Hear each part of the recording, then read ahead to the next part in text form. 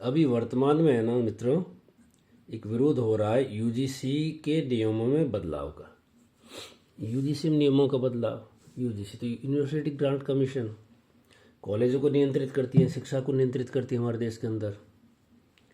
तो 21वीं सदी के जब एक चौथाई सब बीत चुका है, तो हमारे देश में इस तरह के कानून बना करके क्या क्या मतलब बनाना चाहते हैं? विश्व गुरु ऐसे बनेगा भारत कि मतलब यहाँ पर जो कानून बन रहे हैं वो अंग्रेजों के ज़माने से भी बदतर बनाए जाए। एक ही सनातन धर्म के अनुयायियों के बीच में बोलें तो, फॉलोअर्स के बीच में बोलें तो, उनके संतानों के बीच में बोलें तो, घृणा के बीज बोने का काम अगर देश का कानून करेगा, करने लग जाएगा, तो ये तो बहुत बुरी हालत है। बना कौन रहा है? बना हमारे नेता लोग ही रहे हैं। क्यों बना रहे हैं? नेता जब कोई चीज़ करता है तो एक चीज़ तो पक्की होती है कि उनके पीछे उनको कुछ राजनीतिक फ़ायदा वो सोच के लगाती होगी। तो हमारे आंखों के चश्मा, जैसे है ना, ये चश्मा एक वैचारिक चश्मा दे देते हैं कि भैया ये SC ST OBC ये फला ढिम का है, और फिर हम दूसरी तरफ बात करते हैं कि हम जाति मुक्त समाज की निर्माण करने की कोशिश करेंगे, राष्ट्र को एक समरस बनाएंगे, एक जैसा बनेगा राष्ट्र, अपने आंतरिक विवादों से दूर हटेगा तो भारत विश्व गुरु बनेगा। बनना चाहिए न देश। ऐसा कौन सा भारतीय हो सकता है जो अपने देश को विश्व गुरु ना बनाए? और विश्व गुरु न बनाए तो ऐसे तो विश्व गुरु बनेगा नहीं जब हम अपने अंदर के झगड़ों में पूरे हो जाए। और वो ऐसा कानून किस लिए बनाते हैं मुझे समझ से परे है। इनके अंदर जो चाल होती है ना, राजनीतिकों के अंदर जो कीड़ा होता है समाजों को बांट करके अपनी राजनीतिक गोटियां सेकने का, वो एक अद्भुत कीड़ा है। अब ये कीड़ा इस समय पैदा हो रहा है जब देश एक एक मन से, एक भाव से, देश का बहुत बड़ा हिस्सा देश को आगे ले जाने के लिए तैयार हो रहा है। पर हमारे राजनीतिकों को ये पसंद नहीं है। राजनीतिक देखते हैं कि इस तरह से ये देश चलने लग जाएगा, सब समरस हो जाएंगे, सब एक जैसे हो जाएंगे, तो फिर हमारी दुकान कैसे चलेगी? बड़ा गंभीर सोच होता है इनके दिमाग में। तो ये अपनी उस दुकान को चलाने के लिए समाजों में विभेद डालते हैं, अपने को चश्मा पहना देते हैं। अब अपन जब इस चश्मे से देख रहे हैं तो चश्मे से अपने को ये OBC देखेगा कोई, अपने को इंसान नहीं दिखेगा, वो भारतीय नहीं दिखेगा, मानव दिखेगा ही नहीं। वो तो अपने को OBC दिखेगा, वो एक कोई SC दिखेगा, कोई ST दिखेगा, और हमारे लिए देखना जरूरी है। कानून का विरोध क्यों कर रही है दुनिया? कानून का विरोध करिए, कानून की परिभाषाओं से देखो। कानून जब डाला जाता है ना, उसके पीछे छुपे हुए जो शब्द होता है, हमारा देश का कानून है या संसार के और देशों से थोड़ा भिन्न है। हमारे तो इन्वर्टेड कॉमा के बीच में लिखे हुए शब्दों को कानून मान करके ही कानूनी निर्णय लिए जाते हैं। विवेक वाले निर्णय अगर कोई छोटे लेवल का जज ले ले तो ऊपर वाला उसको हटा देता है कि भाई लिखा कहाँ है तूने, विवेक तेरे छोड़, तेरा विवेक काम नहीं आएगा। लिखित कानून एक एक शब्द सा लिखा हुआ उसका पालन में ये कानून बनता है। तो इनको परिभाषाएं बनाने में इन्होंने बड़ी आनंद से, देखो UGC का जो कानून आया है, विश्वविद्यालय अनुदान आयोग अधिसूचना 2026 संवर्धन के नाम पे दिया है, 1/2026 को जारी किया गया है। इसमें देखिए संक्षिप्त शीर्षक तो वही हुआ, इन विनियमों का नाम विश्वविद्यालय अनुदान आयोग और शिक्षा संस्थानों में समता संवर्धन हेतु, समता संवर्धन हेतु। देखो ये हमारे राजनीति के कितने मतलब जटिल दिमाग के होते हैं, इनके दिमाग को पढ़ना कितना जटिल होता है। क्या काम दाम दे रहे? समता। समता कब आएगी? समता तो जब आएगी जब सम रूप से सबके साथ में व्यवहार किया जाएगा, तभी तो समता आएगी ना, अन्यथा समता कैसे आएगी? तो समता के लिए नाम तो समता दे दिया, पर अंदर जो खाने जो चीज़ें ना, वो समाज में विषमता, विभेद और उनमें टुकड़े पैदा करने के लिए ये जो राजनीतिक है ना, अपन टुकड़े टुकड़े गैंग को जब गाली देते हैं ना, ये राजनीतिक उससे भी ज़्यादा बुरे होते हैं। ये असल में देश के टुकड़े टुकड़े कर, समाज के टुकड़े टुकड़े करके ही इनको मजा आता है। तो ये किस तरह से आया? नाम तो दे दिया समता का, और समता संक्षिप्त परिचय के बाद उद्देश्य क्या है? शांति स्थापना, देश के अंदर विद्यार्थी के अंदर सौहार्द बनाए रखने का, और किसी का हक नहीं छीने, बिल्कुल नहीं छीने। तो भाई हक नहीं छीने किसका? विद्यार्थी का। तो विद्यार्थी जब बहुत शब्द अपन ने बोल दिया, तो विद्यार्थी शब्द का फिर उसको क्यों बाइफरकेट करते हो? फिर उसका विभेद क्यों करते हो? विद्यार्थी मतलब विद्यार्थी। जो भी बच्चा बच्ची इस देश का, इरेस्पेक्टिव जेंडर, चाहे वो मेल है चाहे फीमेल है, ट्रांसजेंडर है, वो किसी भी विश्वविद्यालय में कॉलेज में पढ़ने के लिए जाता है, वो बच्चा मतलब बच्चा, विद्यार्थी मतलब विद्यार्थी। अब आप उसमें विभेद क्यों करते हो? क्योंकि आप विभेद कर रहे हो कि विद्यार्थी का मतलब एससी विद्यार्थी, विद्यार्थी मतलब एसटी विद्यार्थी, विद्यार्थी मतलब ओबीसी विद्यार्थी, विद्यार्थी मतलब महिला विद्यार्थी, विद्यार्थी मतलब विकलांग विद्यार्थी, विद्यार्थी मतलब क्यों भाई? कल आप कहोगे विद्यार्थी मतलब गोरा विद्यार्थी, गोरा विद्यार्थी मतलब काला विद्यार्थी, विद्यार्थी मतलब दक्षिण भारतीय विद्यार्थी, विद्यार्थी मतलब उत्तर भारतीय विद्यार्थी, मध्य भारतीय विद्यार्थी, हिंदी भाषी विद्यार्थी, अंग्रेजी भाषी विद्यार्थी, तमिल भाषा, कितने विभेद करोगे? आप एक परिभाषा एक शब्द के साथ रखो, विद्यार्थी मतलब विद्यार्थी, इसका दूसरा कोई अर्थ नहीं, कोई परिभाषा नहीं। विद्यार्थी वो जो रजिस्टर्ड है स्कूल कॉलेज में और वो पढ़ता है, नियमित अपनी फीस भरता है, इस कॉलेज में जा रहा है। तो आपने नहीं, आपको ये चीज़ अच्छी नहीं लगी, क्योंकि सारे विद्यार्थी जब एक हो जाएंगे, एक भाषा एक रूप में बोलने लग जाएंगे, तो आपकी आपकी रोटियां कहाँ से एक हो गई? ये आता है। अब इन्होंने क्या किया है, पीड़ित व्यक्ति अर्थ है ऐसे व्यक्ति जिसके पास में, अब देखिएगा, पीड़ित व्यक्ति अर्थ है जिसके पास इन वीडियो के अंतर्गत शिकायतों संबंधी जुड़े मामलों में कोई शिकायत है। पीड़ित मतलब पीड़ित, पीड़ित का मतलब बंधुओं, पेट दर्द को मान ले एक पीड़ा, तो ये पीड़ा फिर एससी एसटी ओबीसी जनरल सवर्ण अवर्ण इनमें फिर भिन्न हो जाएगी क्या? कैसे हो जाएगी? क्योंकि पेट दर्द पीड़ा एक उदाहरण लेते हैं, पीड़ा मानसिक पीड़ा की बात आती है, शारीरिक पीड़न की बात आ जाती है, मैं तो पेट दर्द की बात कर लेता हूँ, ये पीड़ा।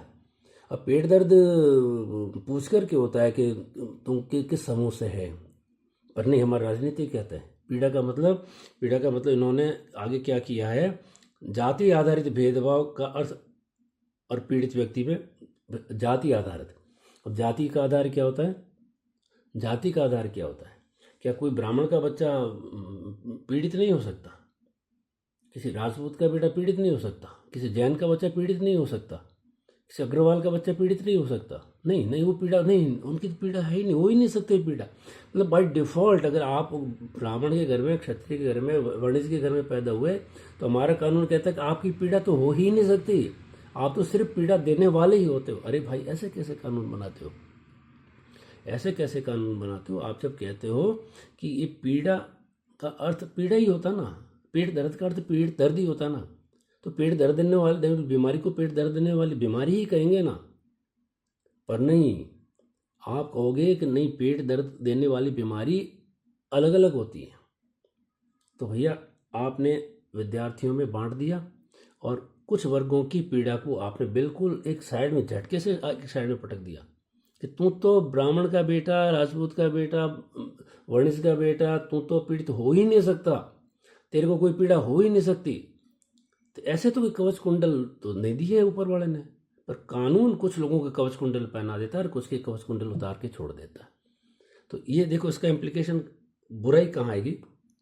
बुराई यहाँ आती है इसकी कि जैसे किसी को शिकायत हो गई कि भैया मेरे साथ में बुरा हुआ तो बुरा का निस्तारण होना चाहिए।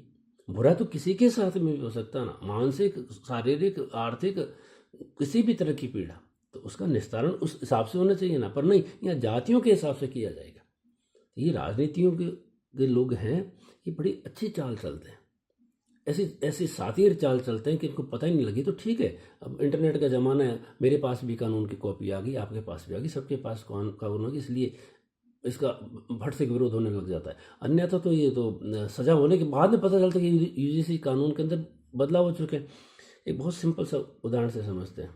आज मेरे क्षेत्र में इलेक्शन हो रहे हैं, XYZ चीज़ के इलेक्शन हुए, मैंने एक प्रभावशाली आदमी के विरुद्ध जा करके थोड़ी मौज मना ली, खूब मैंने प्रचार किया, नहीं, इस प्रभावशाली आदमी को जितना नहीं देना।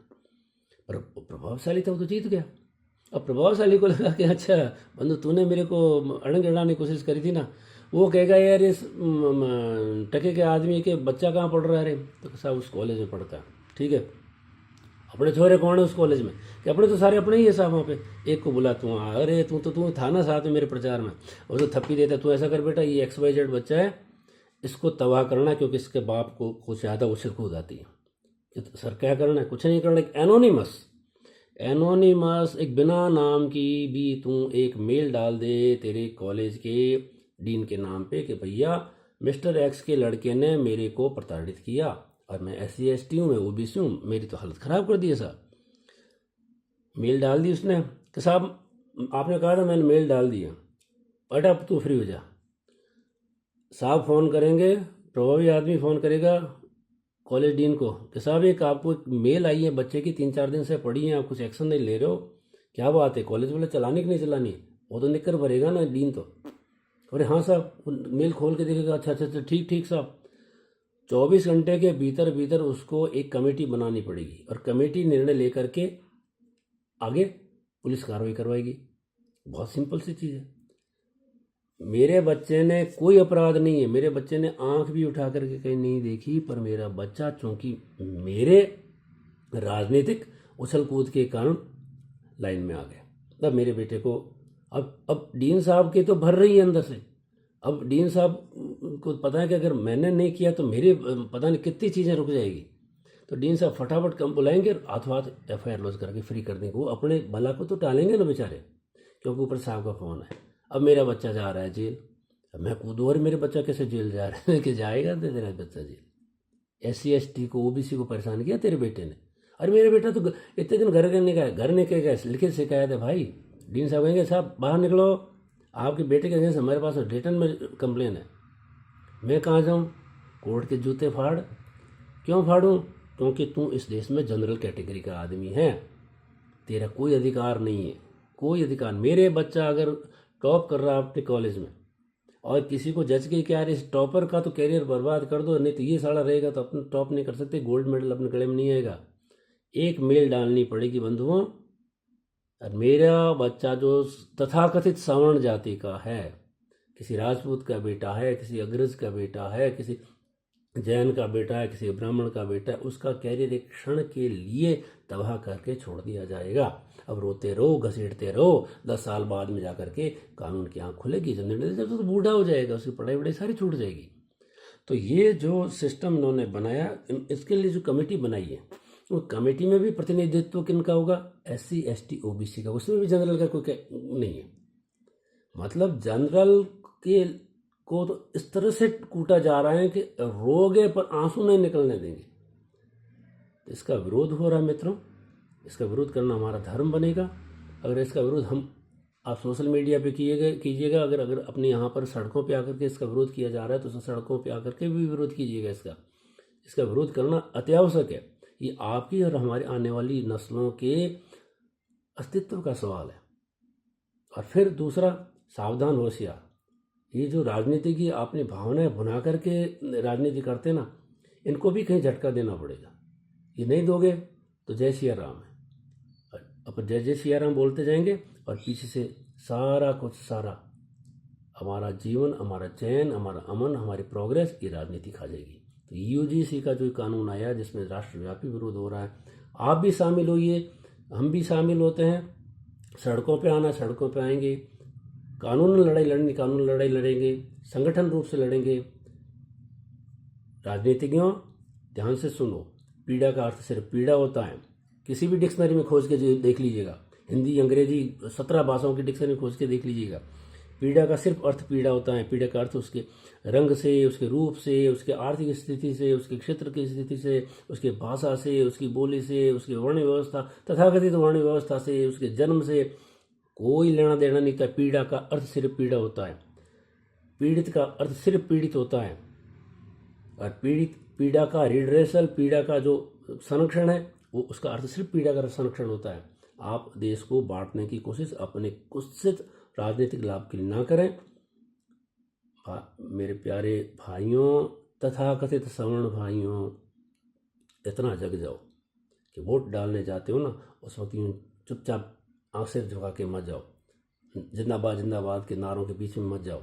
ये राजनीतिज्ञ तुम्हारे सर्वनाश की पूरी तैयार करके बैठे हैं।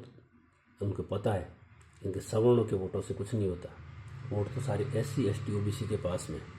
इसलिए SC ST OBC को ही संरक्षित करो। ये सवर्ण रोते रोते अपना आप देंगे, ऐसा भी मत होने दें। खेल सारा राजनीति का है, खेल सत्ता में बने रहने का है, सत्ता में काबिज बने रहने का खेल है।